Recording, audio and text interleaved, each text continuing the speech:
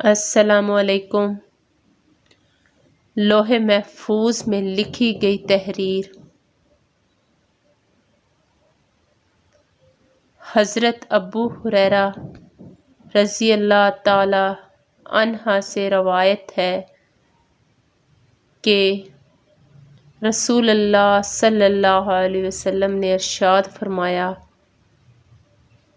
جب اللہ سبحانہ و تعالی نے مخلوقات کو پیدا فرمایا تو لوح محفوظ میں یہ لکھ دیا، میری رحمت میرے غصے پر غالب ہے۔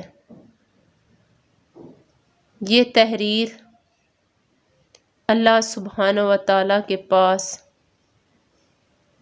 عرش پر موجود ہے۔